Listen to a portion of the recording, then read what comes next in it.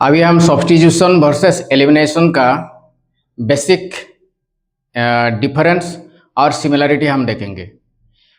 Elimination reaction जो होता है वो एंडोथर्मिक रिएक्शन होता है और सब्स्टिट्यूशन रिएक्शन जो होता है वो एक्सोथर्मिक रिएक्शन होता है। ठीक है, तो एक्सोथर्मिक रिएक्शन में जो प्रोडक्ट फॉर्मेशन होता है वो ज़्यादा स्टेबल होता है। एंडोथर्मिक रिएक्शन में जो प्रोडक्ट फॉर्मेशन होता है वो लेस स्टेबल होता है। नेक्स्ट, सिमिलरिटी क्या है? सिमिलरिटी ये है कि जब सब्स्टिट्यूशन रिएक्शन और एलिमिनेशन रिएक्शन करते हैं दोनों पैरेलल चलते हैं, लेकिन सेकेंड स्टेप में क्या होता है, दोनों का रास्ता अलग हो जाता है। और जो प्रोडक्ट जो फॉर्मेशन होता है एलिमिनेशन प्रोडक्ट, रिएक्टेंट इनका सेम होता है और जो प्रोडक्ट जो फॉर्मेशन होता है वो अलग अलग होता है। एलिमिनेशन में जनरली एल्किन फॉर्मेशन होता है और सब्स्टिट्यूशन में सब्स्टिट्यूशन मतलब प्रोडक्ट फॉर्मेशन होता है। तो इसमें मेजर कौन होता है, माइनर कौन होता है? मेजर इन जनरल होता है, सब्स्टिट्यूशन वाला प्रोडक्ट मेजर होता है और एलिमिनेशन वाला प्रोडक्ट जो होता है वो माइनर होता है ना। तो मैंने यहाँ पे बेसिक सा डिफरेंस रिएक्शन के थ्रू मैं दिखा दे रहा हूँ।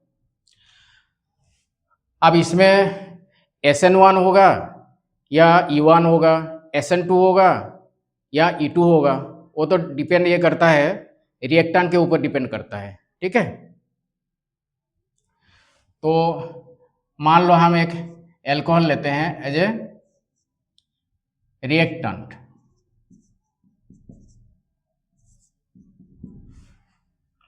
यहाँ पे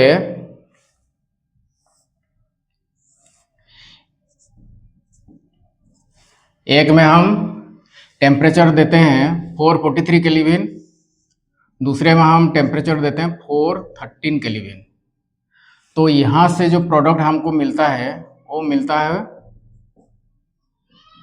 एल्किन मिलता है, और यहाँ पे जो प्रोडक्ट हमको मिलता है वो मिलता है ईथर।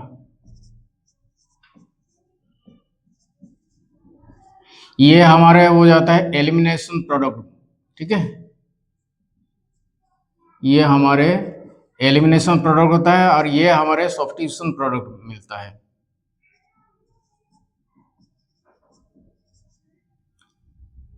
ठीक है, बनता कैसे है देखो, पहले एलिमिनेशन वाला देखते हैं।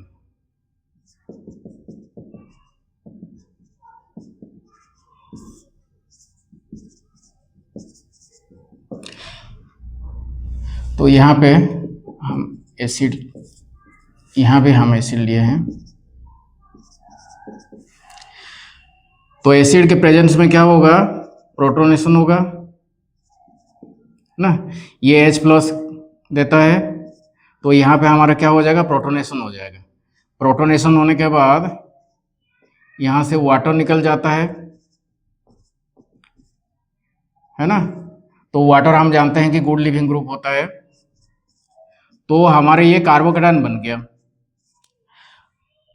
अब यहाँ तक क्या था कि ये जो कार्बोकेटायन जो बना है, यहाँ तक सब्स्टिट्यूशन रिएक्शन और एलिमिनेशन का पाथ सेम था।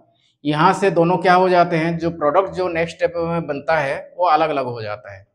अब यहाँ पे देखो, जब एलिमिनेशन वाला ये कराऊंगा तो यहाँ पे जैसे H2SO पर क्या हुआ, H+ डोनेट किया, तो इसका कॉन्जुगेट बेस होगा ना।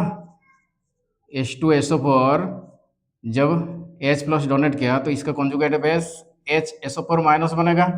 यही बेस क्या करता है, यहाँ पे अगर हम ये देखें तो ये हमारे अल्फा और ये हो गया बीटा, तो यहाँ से हमारा क्या होता है, बीटा एलिमिनेशन होता है ना। बीटा एलिमिनेशन हाइड्रोजन को एलिमिनेट यहाँ से कर देगा। जब एलिमिनेट कर देगा, यहाँ पे हम HSO4 माइनस लिख देते हैं, ये हमारा क्या करता है, एलिमिनेट कर देता है बीटा हाइड्रोजन को। तो यहाँ से हमारा क्या बन जाएगा, एल्किन बन गया। ये हमारा क्या है, एलिमिनेशन प्रोडक्ट। ठीक है, ये हमारा एलिमिनेशन प्रोडक्ट हो गया। लेकिन सब्स्टिट्यूशन में क्या होता है, एक न्यूक्लियोफाइल अटैक करता है, तो सब्स्टिट्यूशन में हम क्या करेंगे, और एक मोल अल्कोहल लेंगे।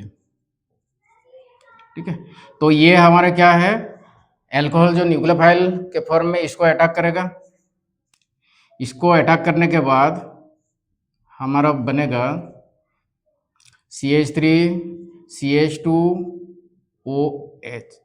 ये लोन पेयर इसको दिया था तो इसमें हो जाएगा पॉजिटिव चार्ज, और ये वाला हो गया हमारे CH2 CH3। अभी यहाँ से क्या होगा, जो हाइड्रोजन को एलिमिनेट करेगा न्यूट्रल होने के लिए, तो प्रोडक्ट हमारा बन गया CH3 CH2O CH2 CH3। तो ये हमारा क्या बन गया, एथर बन गया। तो ये हो गया हमारा सॉफ्टिट्यूशन वाला प्रोडक्ट, है ना। ये हमारे सॉफ्टिट्यूशन वाला प्रोडक्ट बन गया, ठीक है। तो हमारे यहाँ पे सॉफ्टिट्यूशन वाला जो प्रोडक्ट बनता है वो मेजर होता है, और एलिमिनेशन वाला जो प्रोडक्ट जो होता है वो माइनर बनता है। तो ये SN1 रिएक्शन होगा या E1 वाला रिएक्शन होगा या SN2 रिएक्शन होगा या E2 रिएक्शन होगा, वो डिपेंड करता है हमारे रिएक्टेंट का स्ट्रक्चर के ऊपर, ठीक है। E2 एलिमिनेशन जो होता है, E2 एलिमिनेशन में क्या होता है, एंटी एलिमिनेशन होता है, यानी कि एक प्रोडक्ट जैसे यहाँ पे क्या हुआ, वाटर जो निकल गया, ठीक है, ये अगर टॉप से निकलता है तो दूसरा जो बीटा एलिमिनेशन जो हुआ वो नीचे से एलिमिनेट होगा, ठीक है। एंटी एलिमिनेशन होते हैं E2 में। तो ये वाला फिर कौन सा मैकेनिज्म फॉलो किया, ये E2 मैकेनिज्म फॉलो किया, और ये SN2 मैकेनिज्म फॉलो किया। देखने में ऐसा ये लग रहा है कि ये SN1 है, लेकिन SN1 नहीं है, ये एक्चुअली एक ही स्टेप में है। वो मैंने दिखाने के लिए ये मतलब रिएक्शन इस प्रकार ही कर दिया, लेकिन ये जो होता है ये SN2, ठीक है। और जो एलिमिनेशन वाला जो हुआ वो E2 एलिमिनेशन हुआ, ठीक।